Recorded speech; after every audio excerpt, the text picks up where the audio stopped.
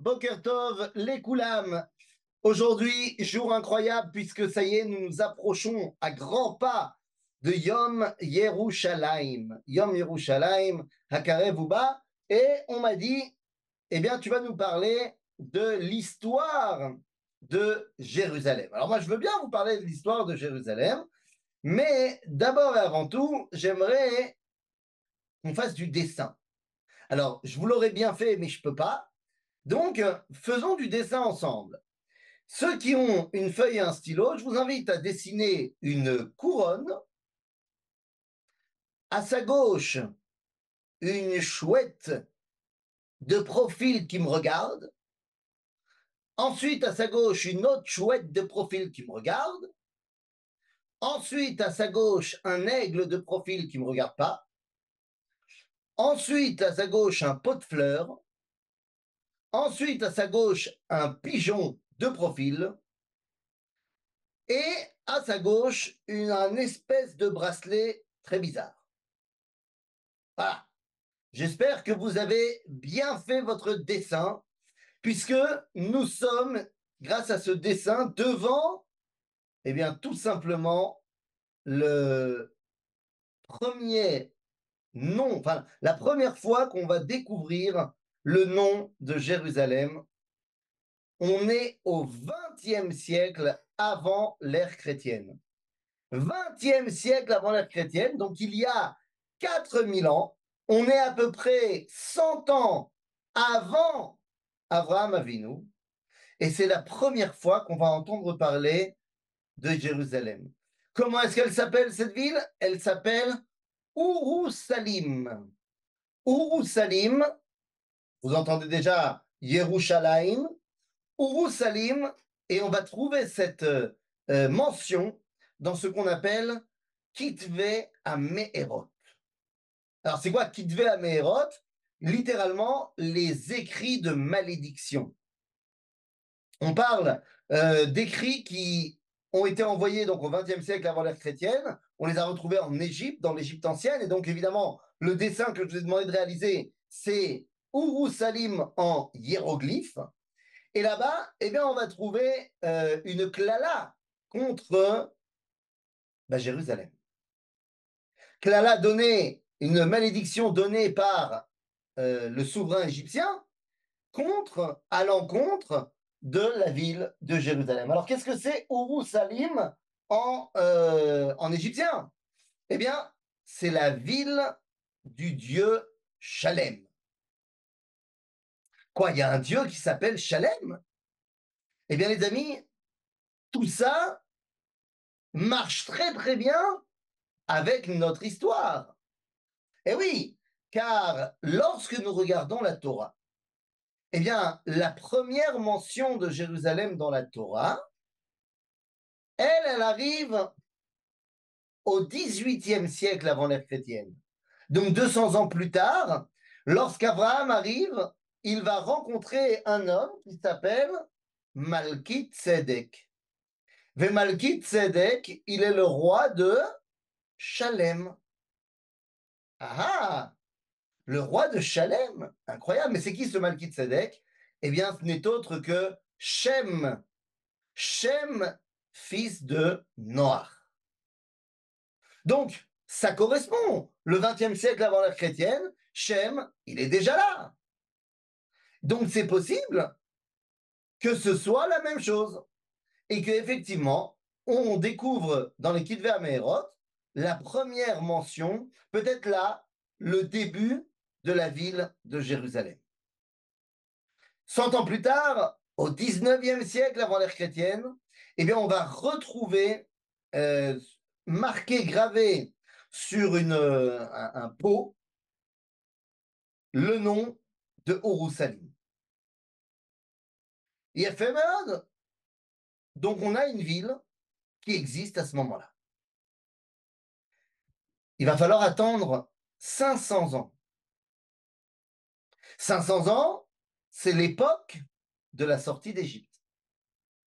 Et à l'époque de la sortie d'Égypte, il va y avoir ce qu'on appelle Kitvei El Amarna, les lettres de El Amarna. Oh, oh, c'est quoi ces lettres-là? Eh bien, c'est toute une ribambelle de lettres qu'on a trouvées à El Amarna en Égypte, qui datent du XIVe siècle avant la chrétienne, qui sont des demandes, des doléances, en fait, par les différents roitelets de la région pour demander de l'aide à l'Empire égyptien. Alors, évidemment, on est juste avant la sortie d'Égypte, puisque après la sortie d'Égypte, c'est-à-dire à la fin du XIVe siècle, avant la chrétienne, eh bien, comme de par hasard, historiquement parlant, archéologiquement parlant, eh bien, l'Égypte va pendant 200 ans ne plus être un acteur de la région. C'est-à-dire qu'entre le XIVe et le XIIe siècle avant la chrétienne, eh bien, on n'a pratiquement plus d'activité égyptienne, comme si l'Égypte avait cessé d'être une superpuissance. Ben oui, comme de par hasard, c'est l'époque où l'Égypte a été dévastée par les 10 plaies par la sortie d'Égypte.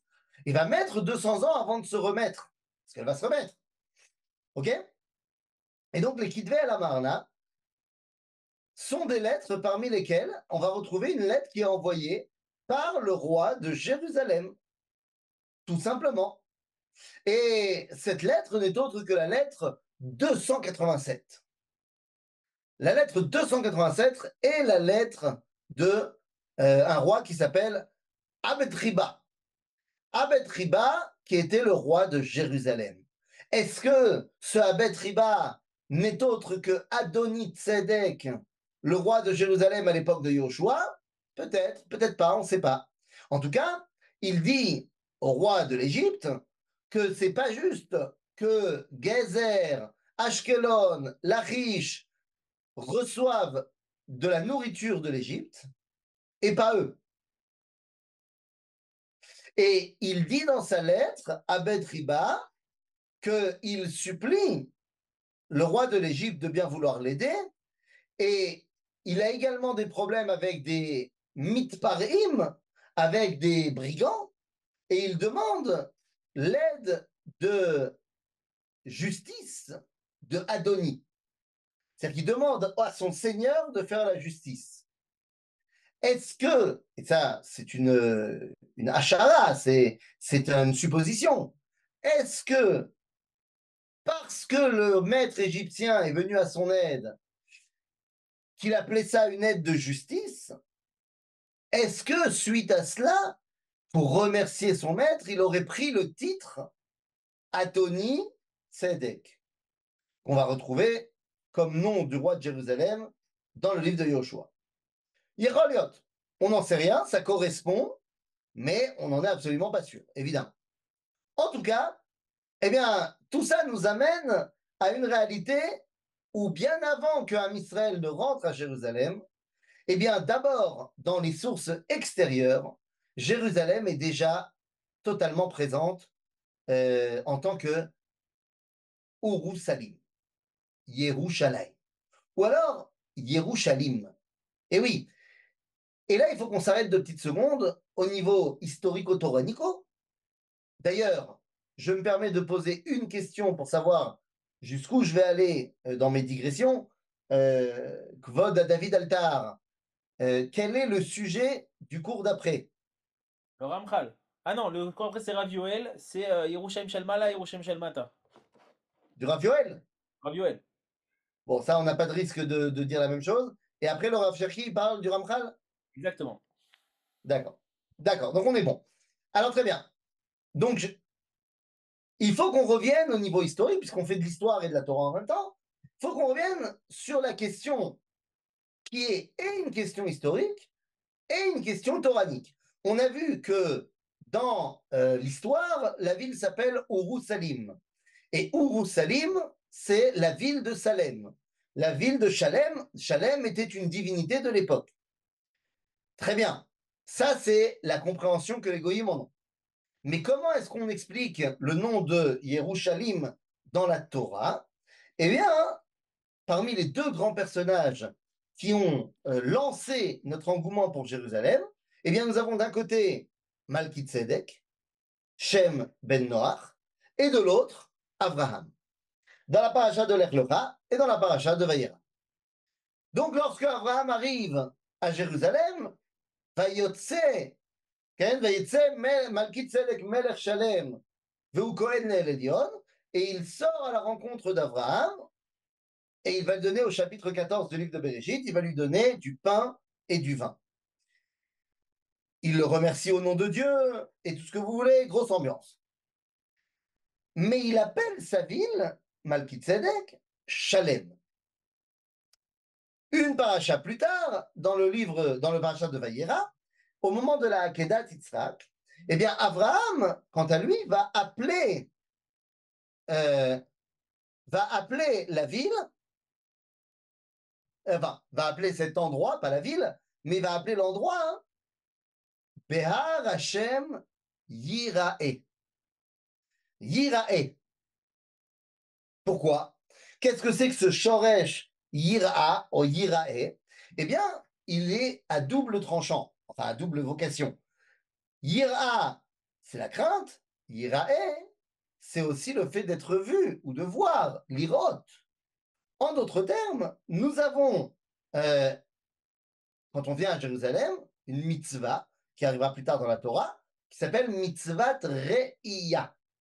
C'est-à-dire que lorsque j'arrive à Pessah, Shavuot, Sukkot, je dois amener un korban avec moi qui s'appelle korban re'iyah. Son but, c'est quoi? C'est de ne pas arriver devant Dieu les mains vides. Il faut se faire voir de Dieu et voir Dieu. Shalosh pa'amim bashana, yira'e kol zechurecha et penei Adon Hashem. Donc, voir Dieu, se faire voir par Dieu, et évidemment, ça nous remplit de crainte. Crainte, ce n'est pas la peur, mais c'est la prise de conscience de l'énormité, de l'infini de ma relation avec Dieu. Donc, si vous voulez, on a Shalem, qui est le nom donné par Malkitzedek, et on a Yérou, qui est le nom donné par Abraham. Nous dit le Midrash, dans Bereshit Rabbah, qu'Akadosh Baruch Hu a eu un problème. Il a dit, si j'appelle la ville Shalem comme Malkitzedek, Abraham sera déçu. Et si j'appelle la ville Yérou, Malkitzedek sera déçu. Donc, qu'est-ce qu'il a fait? Eh bien, il a fait le mix. Et il a appelé la ville Yérou Shalem. Et donc, on a une explication goy et une explication juive. Mais en vrai, c'est la même explication. Ouroussalim, la ville de Shalom. Bien sûr que les Cananéens idolâtres et les académiciens aujourd'hui vont nous dire que Shalem, c'est le nom d'un dieu cananéen. Ben ça a l'air. Mais nous, on sait que Shalom, c'est l'un des noms d'Akadosh Baruch Hu. Donc, quand tu dis Yerushalom, Yerushalem, que l'idéal de cette ville, c'est de voir Ribono Shel Olam, de se faire voir par lui et donc d'être rempli de crainte, pour pouvoir arriver à un idéal de Shlemut. Mazeh Shlemut, Mazeh Shalom. Pourquoi est-ce que l'un des noms de Dieu, c'est Shalom? Agav, Ze Hashem al pi Kabbalah. Velachen, les frères de Yosef n'ont pas pu parler avec Yosef, Velo yachlu dabero, ma, le Shalom. Ils n'ont pas pu, les frères de Yosef, parler avec Yosef de cette dimension de dévoilement qui s'appelle Shalom. Lama, parce que Yosef était jeune. Ouais, ben 17 shana ve'u nar et bnei Bila et bnei Zilpa. En d'autres termes, Shalom, c'est le fait d'être rempli, d'être plein. Shalem, malé, lama. L'idéal du monde, nous dit le Rambam, qui était loin d'être le kabbaliste de l'histoire, et pourtant le Rambam nous dit que l'idéal du monde, c'est qu'il y a un temps où il y ait Shalom. Shalom ba'olam. Et nous dit le Rambam, il reprend le Talmud, qui nous dit Lo matza kadosh baruch hu kli marzik bracha yoter mea shalom. Et quand il y aura Shalom, il n'y aura plus Kina ve Tacharut. Ve Sina, Kina, Sina ve Tacharut. plus de jalousie, plus de haine, plus de compétition. Et la question, c'est comment est-ce qu'on arrive à un état où on n'est plus en compétition? Eh bien, c'est lorsque je comprends que je suis shalem. C'est-à-dire que je suis plein de ce que moi, je dois avoir. Le meilleur moment où on peut comprendre cela, cette dimension-là de shlemut, et je pense que ça nous est tous arrivé à un moment donné, c'est quand on a fait un bon repas et qu'on en est au stade où je ne peux plus rien mettre dans ma bouche. Bémet, j'ai tellement bouffé que je sens que si je mange un truc, il y a tout qui ressort. Genre, Bémet, je suis... À ce moment-là, si on emmène encore à manger, moi, j'en veux pas. Je n'en veux pas. Et donc, le fait que quelqu'un d'autre en prenne à ce moment-là ne m'atteint pas. Pourquoi? Parce que Annie Malé, Annie Shalem. C'est ça la dimension de Shlemut. Très bien. Donc, eh bien, nous avons Uru Salim, Yerushalem, dès le XXe siècle avant l'ère chrétienne, jusqu'à notre arrivée à Yerushalem. Alors, très bien. On y arrive, et petit à petit, Am Israël va rentrer à Jérusalem. Le problème, c'est quoi? C'est que avant que Am Israël réussisse à rentrer à Jérusalem, il va falloir attendre encore 400 ans. Yahushua rentre en Eretz Israël et conquit la terre d'Israël. Il conquit toute la terre d'Israël, sauf Jérusalem. Bam! Jérusalem résiste encore et toujours aux libérateurs juifs. Et pendant ces 400 années, Jérusalem est tout simplement dirigée par les Jébuséens. Jébuséens. Ah, ça vient de Yevusim en hébreu. C'est l'un des 10 peuples cananéens. OK? L'un des 10 peuples cananéens, les fameux Jébuséens. Achab, ces Yevusim, il va falloir attendre l'époque du roi David pour pouvoir finalement conquérir la ville. Maintenant, la ville est persuadée qu'elle est complètement à l'abri de toute conquête. D'où est-ce qu'on sait que la ville est à l'abri de la conquête? Eh bien, tout simplement parce que personne n'a réussi à prendre cette ville depuis des centaines d'années. Yoshua qui a réussi à battre toute, toute l'armée, tous les peuples cananéens, il y avait quand même 31 rois cananéens, c'est pas rien. Il a même réussi à battre le roi de Jérusalem, mais pas sur son terrain. C'est-à-dire que le roi de Jérusalem qui a été battu par Yahushua n'a pas été battu à Jérusalem. Et Yahushua n'a pas réussi à prendre la ville de Jérusalem. C'est pas rien.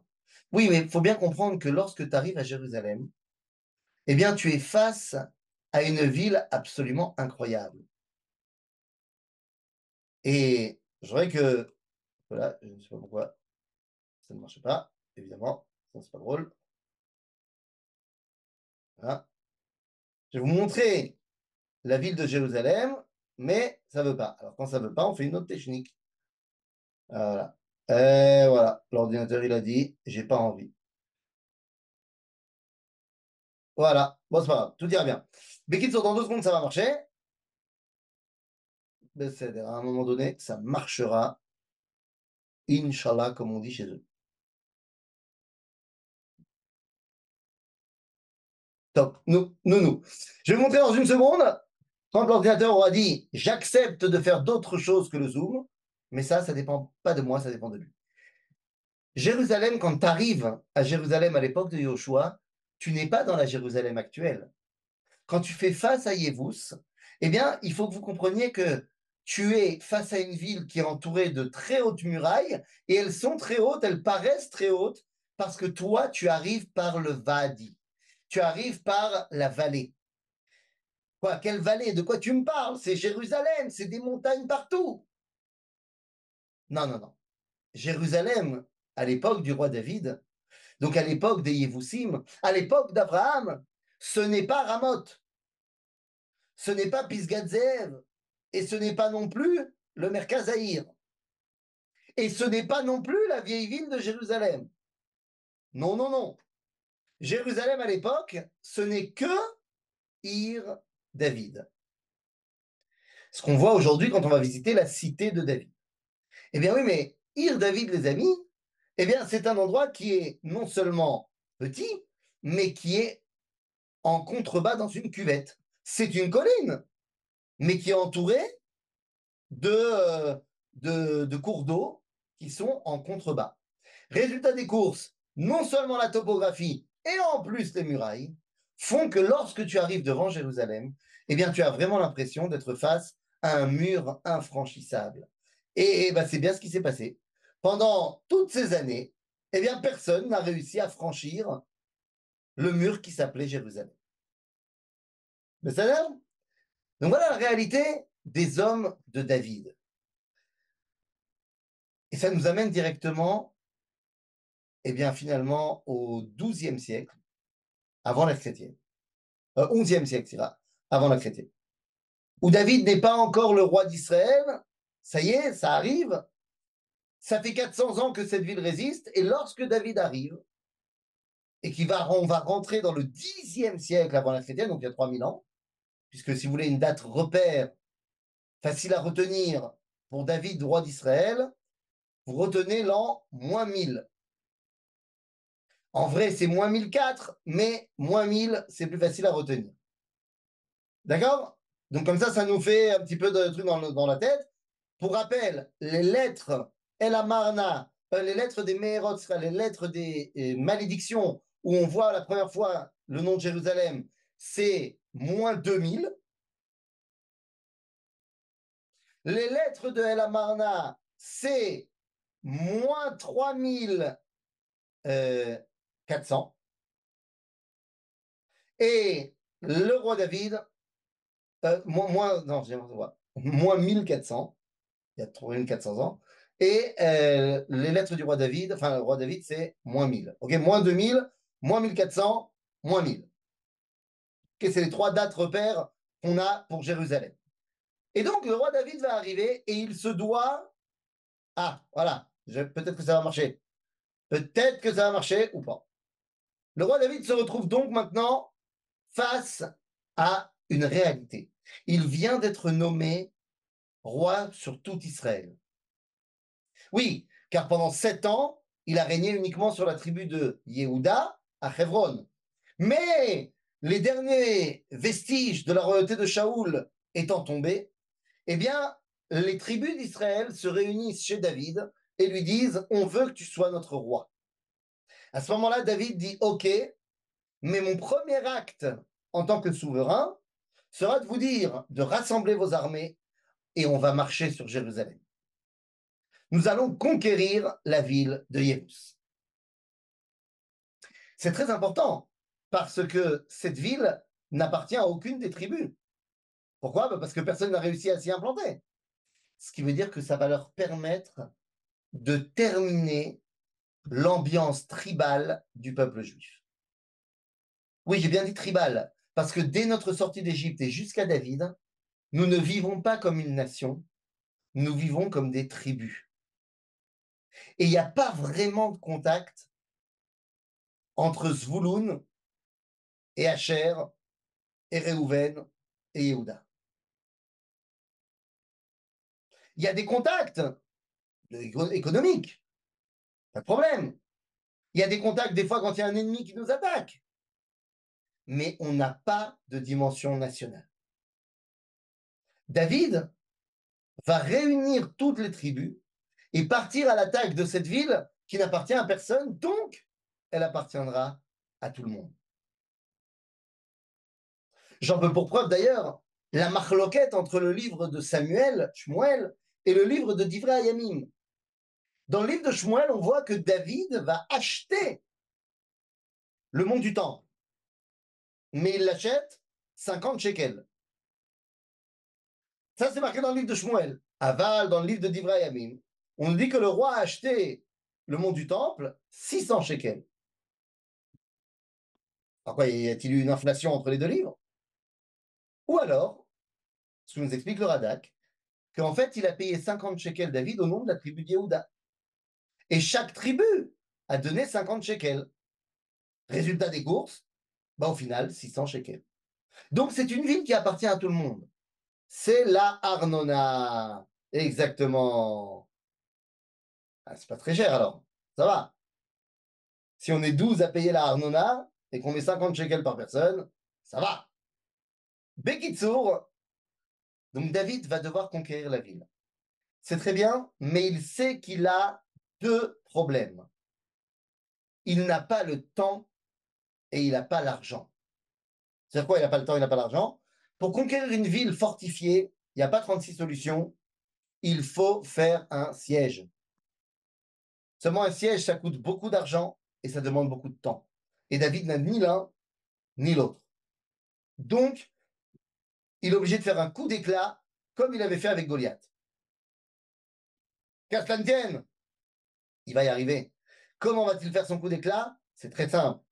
Il va réussir à trouver l'entrée, enfin la sortie plus exactement, d'où l'eau sort de la ville pour arroser les cultures à l'extérieur.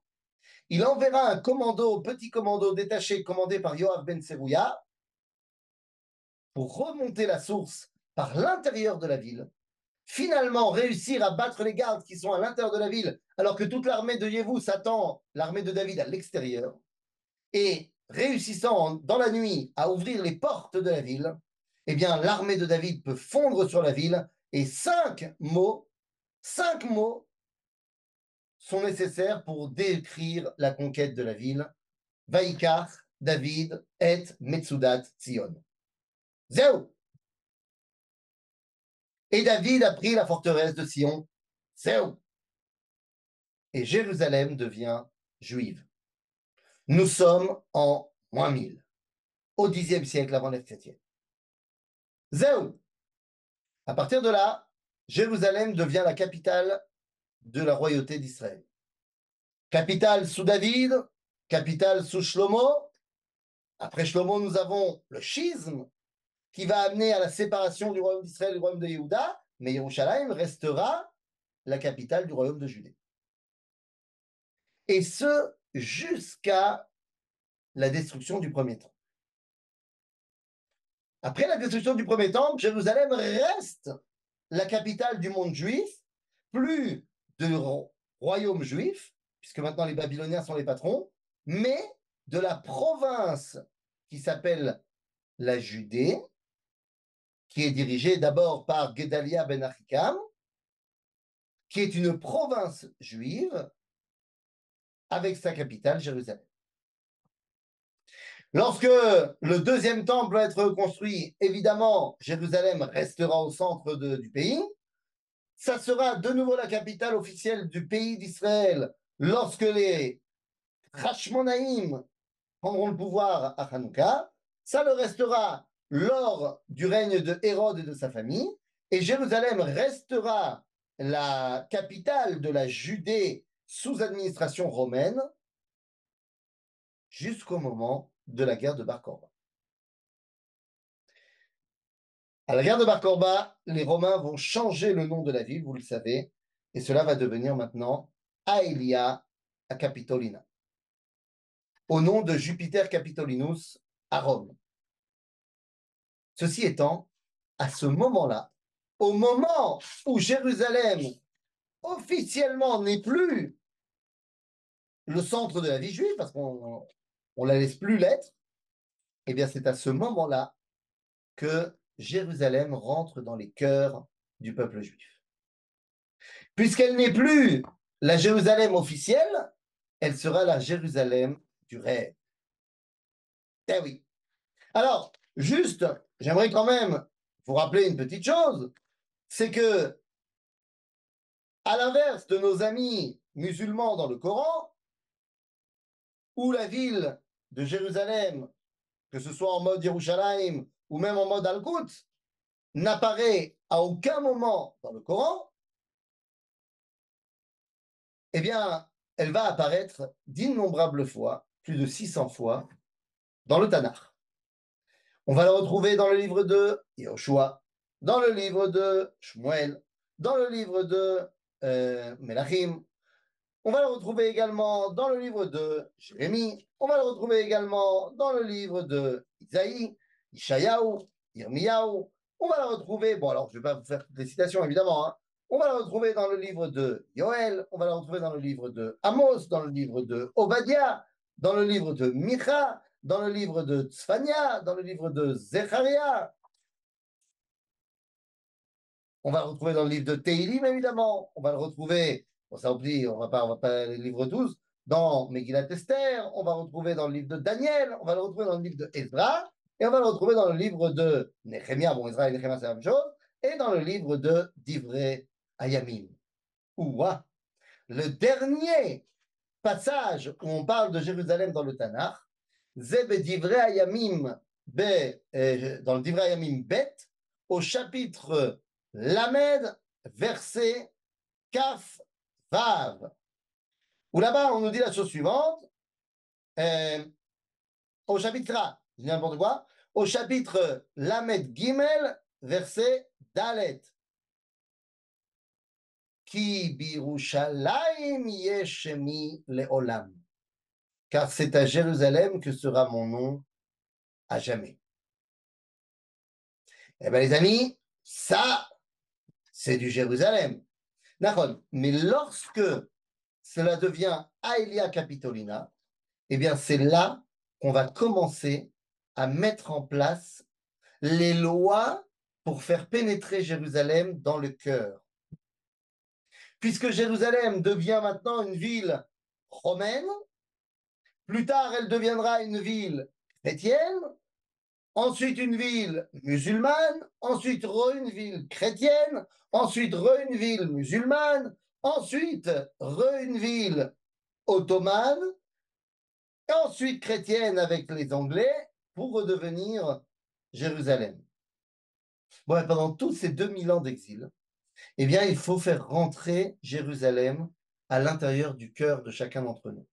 Et on va commencer par mettre en place des halachot, qui sont les halachot au profit de Jérusalem. Le fameux verre qu'on va briser au mariage. Vous connaissez cette histoire? Quel est le verset qu'on lit avant de casser le verre?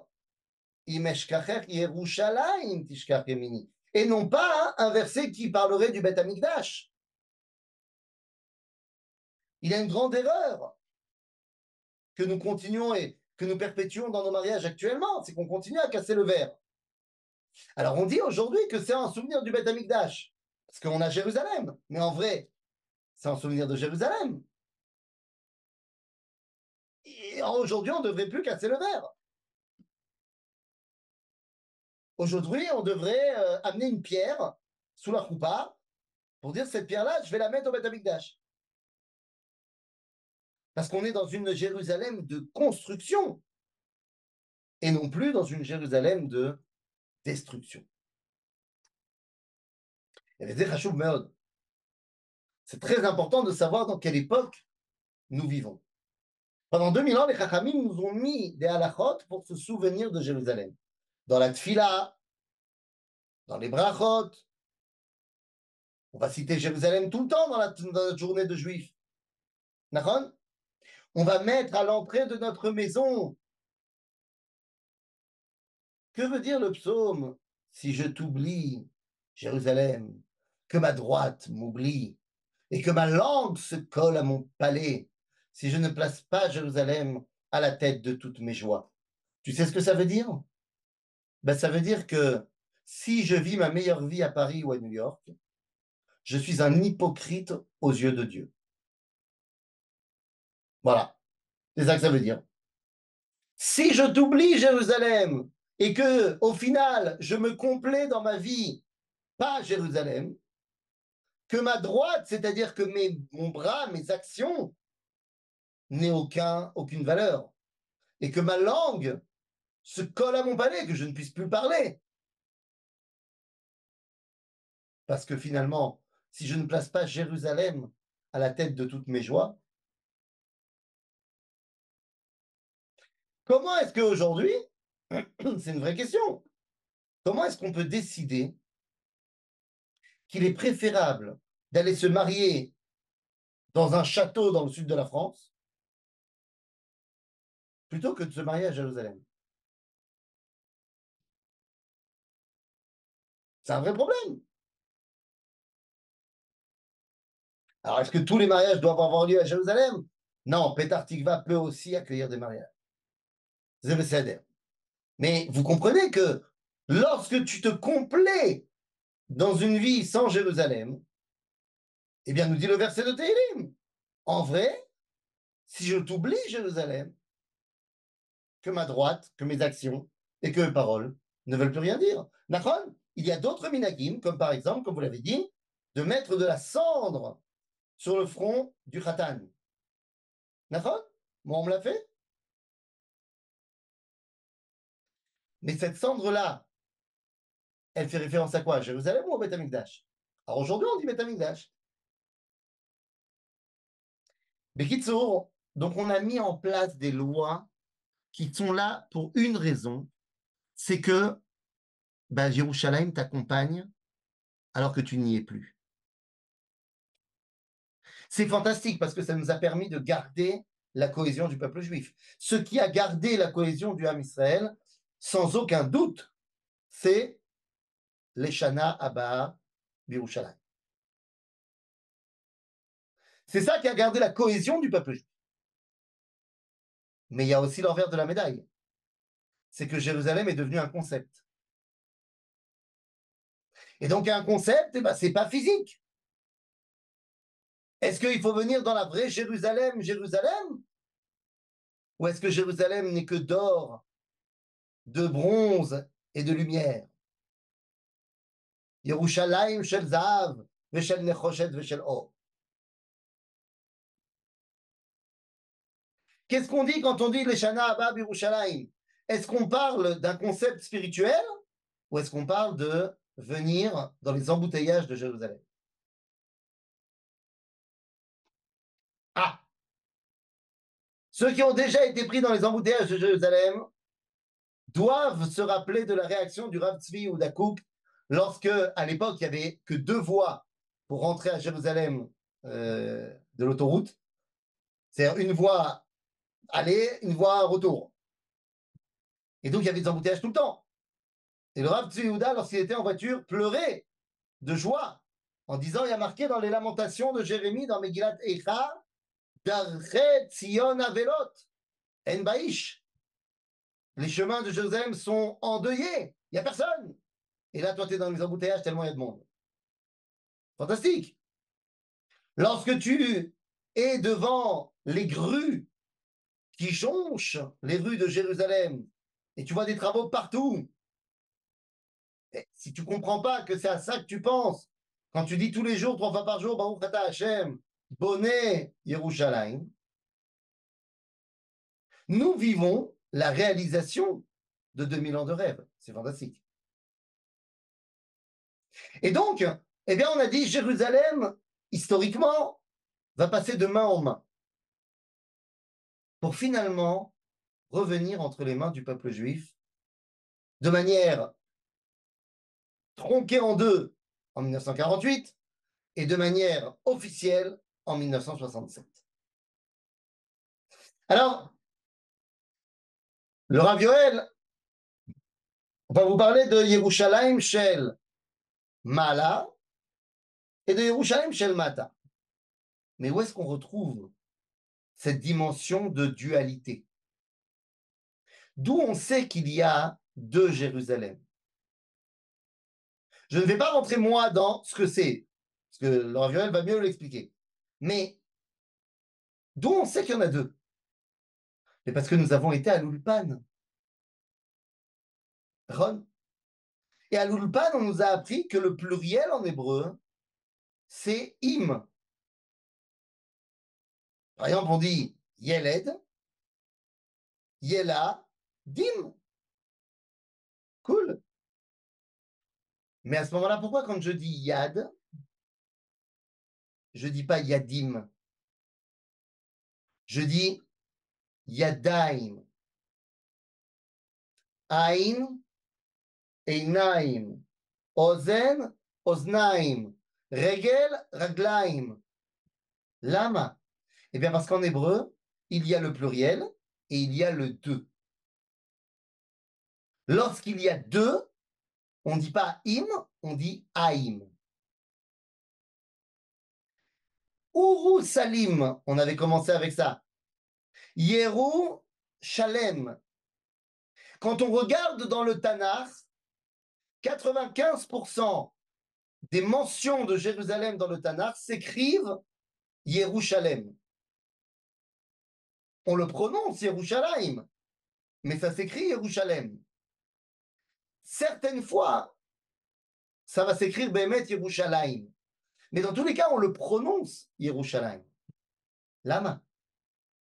Eh bien, parce qu'il y en a effectivement deux. Il y a la Jérusalem d'en haut et la Jérusalem d'en bas. Mais ne nous y trompons pas. La Jérusalem d'en bas, elle est très, très concrète. C'est les embouteillages. C'est les rues que vous connaissez. C'est votre glacier préféré. C'est le Kotel. C'est même le Beth Amikdash. Tout ça, c'est Yerushalayim Shel Mata. Et Dieu a prêté un serment qu'on peut retrouver dans le Talmud, dans le traité de Ta'anit. Dieu a prêté un serment, il a dit Lo avo l'Yerushalayim shel Mala ad shetavo l'Yerushalayim shel Mata. Je ne rentrerai pas dans la Jérusalem d'en haut tant que vous ne rentrerez pas dans la Jérusalem d'en bas. C'est une promesse que Dieu nous fait. En d'autres termes, on est rentré dans la Jérusalem d'en bas en 1967, durant la guerre des 6 jours. Et à ce moment-là, Dieu commence à revenir dans la Jérusalem d'en haut. Qu'est-ce que ça veut dire? Vous demanderez au Rav Yoel. Mais c'est de cela dont on est en train de parler. Yom Yerushalayim, eh bien, c'est le moment où on peut enfin redevenir les véritables, j'allais dire, habitants de Jérusalem. Où on peut enfin recommencer à avoir notre rôle et à remplir notre rôle à Jérusalem. Un juif qui habite à Jérusalem, ce n'est pas un juif lambda. D'abord, je vais le dire pour toutes les personnes qui n'habitent pas à Jérusalem, ouais, nous on est mieux. Non, j'exagère. Mais on peut dire les choses comme on veut. Moi, ça me fait plaisir de dire ce que je vais dire maintenant parce que j'habite à Jérusalem. Mais, Edma Laasot, c'est Yerushalayim. Même s'il y a des villes magnifiques ailleurs en Israël, Aval c'est Yerushalayim. Qu'est-ce que vous voulez que je vous dise? Maintenant, si tu habites dans la vieille ville, c'est encore mieux. Mais Prinata Kdusha. Ça ne veut pas dire que ta maison, elle sera mieux, ça veut pas dire que tu vas plus kiffer. Mais la proximité avec un Makom, Asher Bachar Hashem, ça joue. En Malasot, ça joue. C'est comme la radioactivité. Plus tu es proche du noyau de plutonium, plus tu as un troisième bras qui pousse. Eh bien, plus tu es proche du Beth Amikdash, plus ta compréhension de la Kedusha, elle est accrue. En Malasot. Vous avez le Rav Yoel à Kfar Adoumim. C'est pas le même Rav Yoel que à Ranana. Mais si un jour le Rav Yoel arrivait à Jérusalem, ça serait Yoel Hanavi. Eh oui, En Malasot. Les amis, Yerushalayim a une particularité d'abord ilchatique. Vous connaissez la dernière Mishnah dans Masechet Ketubot, qui est une Mishnah très dure, qui dit si jamais il y a un couple qui est marié à Paris et qu'un des deux s'éveille et veut faire l'alia et que l'autre ne veut pas, ben c'est un motif de divorce. Et on donnera raison à celui qui veut partir en Israël. C'est-à-dire si c'est l'homme, il ne doit pas donner la Ktuba à sa femme, et si c'est la femme, l'homme est obligé de donner la Ktuba. Mais la Mishnah ne s'arrête pas là, elle dit ce qui était vrai entre Paris et Israël est vrai entre Israël et Jérusalem. Si dans un couple, tu habites à Ranana et tu veux partir à Jérusalem, alors je vous rassure, personne ne le fait aujourd'hui. Aucun rabbin ne va préférer l'option divorce. On va toujours préférer l'option rester marié, même si ça veut dire rester à Paris, même si ça veut dire rester à Ranana. Il y a tellement de couples qui divorcent pour rien que on préférera d'abord renforcer leur mariage. Mais il faut quand même savoir que cette halakha, même si elle n'est pas mise en pratique, elle nous veut nous dire quelque chose au niveau de l'importance de Jérusalem aux yeux de la Torah. Et peut-être une dernière chose que je peux vous dire sur Jérusalem. Jérusalem fait en sorte qu'on ne pose pas la question. Si je suis invité à manger chez le Rav Cherki, mais que je ne connais pas le Rav Cherki, il m'ouvre la porte et je rentre chez lui. Je vois un homme avec une grande barbe, une kippa, des livres de Torah en veux-tu en voilà, une femme habillée tsniout, une table de Shabbat dressée. Écoutez, j'ai pas besoin à ce moment-là de poser la question est-ce que c'est cachère ou pas.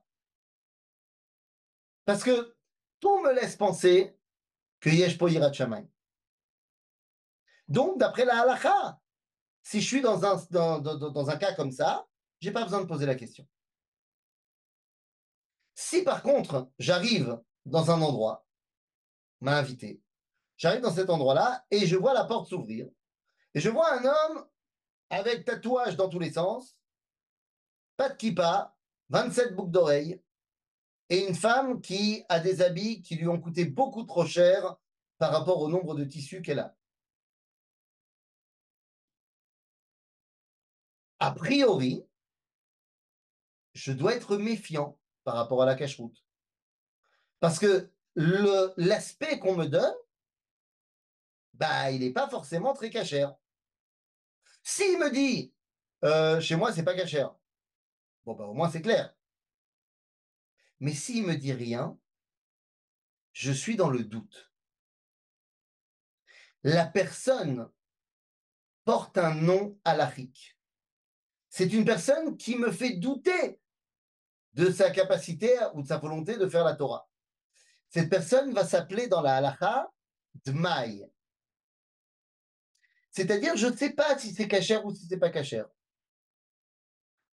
Aujourd'hui, vous savez, il y a plein de gens qui s'habillent pas de sniout ou qui ne vont pas forcément avoir l'air religieux, mais en fait, ils mangent cachère, ils font Shabbat. Il y a plein de Français comme ça. On connaît ça très bien. Donc toi, tu arrives là-bas pour la première fois, tu ne connais pas. Eh bien, vous le savez, dans la halakha, quand je prends une récolte de fruits et légumes, je dois prélever Trumot ou Maasrot. Ça fait partie des lois de la cache-route. Maintenant, quand j'arrive chez le Rav Cherki, je n'ai pas besoin de demander s'il a prélevé Trumot ou Maasrot. Ça c'est évident. Lorsque j'arrive chez quelqu'un où il y a marqué sur la porte, ici on ne prélève pas, ben c'est clair aussi, et tu n'as pas le droit d'aller manger là-bas. Mais si j'arrive chez quelqu'un qui ne paye pas de mine, je ne sais pas si c'est cachère, s'il a été prélevé Trumot ou Maasrot. Et donc je dois poser la question. Seulement nous dit la halakha, Yerushalayim, parce que par opposition au Dmaï, celui qui s'éclaire qu'il a prélevé s'appelle Chaver. Ok? Le copain. Il fait partie de mon équipe. Eh bien, nous dit la Mishnah, Yerushalayim osa et kol Israël les Chaverim. C'est-à-dire que lorsque tu rentres à Jérusalem pendant les fêtes de pèlerinage, où il y avait plein de gens qui arrivaient et tu allais chez l'habitant, eh bien, tu ne poses pas la question si c'est caché ou pas. Lama, Kata Yerushalayim. Ah, vous allez me dire, mais il y a des gens qui ne mangent pas cachère à Jérusalem. Nachon. Il y en a qui ne mangent pas cachère. Et donc, halachiquement parlant, on devra vérifier. Mais la Torah veut nous dire que lorsque tu es à Jérusalem, même le Chiloni de Jérusalem, c'est un relige par rapport au Chiloni de Tel Aviv. Il y a une réalité à Jérusalem qui nous dépasse complètement, qui est la réalité de Yérou Shalem, de Urushalim d'il y a 4000 ans, de la volonté d'être vu et de voir Kadosh Baruch Hu, de se remplir de crainte pour arriver à la dimension de Shlemut, de Shalom. C'est ça, la dimension de Jérusalem. Et je terminerai, avant de vous laisser la parole, par cette dernière petite enseignement de Jérusalem et de Shlemut et de Shalom avec Shabbat Shalom. Alors pas parce qu'on est dimanche et que j'ai pas encore fait Havdalah, mais parce que, comme nous a expliqué le Gaon de Vilna dans son Pérouche, dans son commentaire du Sifra d'Itzniuta, nous dit le Gaon, et ça a été ramené par ses élèves dans Kol HaTor, nous dit le Gaon de Vilna la chose suivante. Vous savez, quand tu rentres Shabbat, tu rentres dans un autre univers, c'est Shabbat. Et l'heure de rentrée de Shabbat, c'est la Shkia, c'est-à-dire le coucher du soleil. Mais tu peux faire rentrer Shabbat un peu avant si tu as envie, Tosefet Shabbat, mais pas à 10 heures du matin. Tu peux faire rentrer à partir de Plaga Mincha. Bon, très bien. Dit le Gaon de Vilna, c'est quoi Plaga Mincha? C'est le moment, le dernier moment où on pouvait faire le Korban Ben Ha'arbaim. Le Korban Shela Erev, Minchat Arev. Donc, nous dit le Gaon, Plaga Mincha, c'est Erev. Donc, ce qui est vrai au niveau de la journée et donc du vendredi, est vrai également au niveau du Shabbat, du monde, de l'histoire. Notre monde a été créé pour 6000 ans. C'est-à-dire le monde de l'action de l'homme, c'est 6000 ans. Et qu'est-ce qui arrive quand on arrive à l'an 6000? Shabbat. Yom Sheukulo Shabbat. Nous dit le livre de Tehillim, qui élève Shanim Be'einecha, Keyom Etmol Ki Ya'avor. Car 1000 ans, pour nous, c'est comme pour toi un jour. Donc les 6000 ans, c'est comme les 6 jours de la création. Donc, quand tu arrives dans l'an 6000, 6001, tu rentres dans le 7e jour, dans le 7e millénaire, donc dans le Shabbat. C'est quand que tu passes de Yom Chol à Shabbat pour le monde en 6000. Dit le Gaon de Vilna, oui, mais attention. De la même façon qu'à Shabbat, tu peux faire Tosefet Shabbat, Plaga Mincha, Erev, eh bien, c'est vrai aussi pour le monde. Et donc, tu peux faire rentrer le Shabbat du monde, Erev Shabbat. En Gematria, Erev, c'est 272. Dit le Gaon de Vilna, donc 272 ans avant l'an 6000, tu peux déjà commencer à ressentir Gdushat Shabbat. Eh bien, comme de par hasard, me direz-vous, 272 ans avant l'an 6000, c'est juste après la guerre des 6 jours, c'est la fin de l'année 1967. En d'autres termes, la guerre des 6 jours, le moment où on est revenu à Jérusalem, c'est le moment où on commence à terminer les 6 jours de la création pour nous amener à Shabbat, Yom Shekulo Shabbat. C'est tout ça, Jérusalem, les amis, depuis Urushalim jusqu'à Shabbat Shalom.